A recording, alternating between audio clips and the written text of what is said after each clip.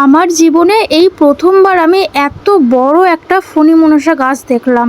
তো তোমরা কে কে এই গাছ দেখেছো অবশ্যই কিন্তু আমাকে জানাবে। তো আমিও দেখেছি এর আগে, একদমই ছোট ছোট টবে লাগাতো, সবাই ছাদে রাখতো।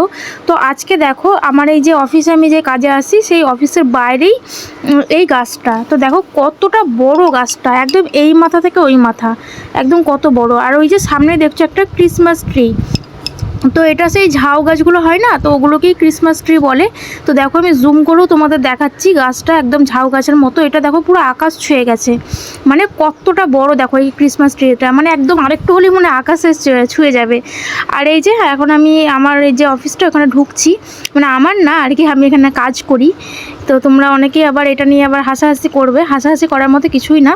আর এই যে অফিসটার নাম দেখো, সিক্রেট সাগা। তো এই অফিসটার নাম হচ্ছে এটাই।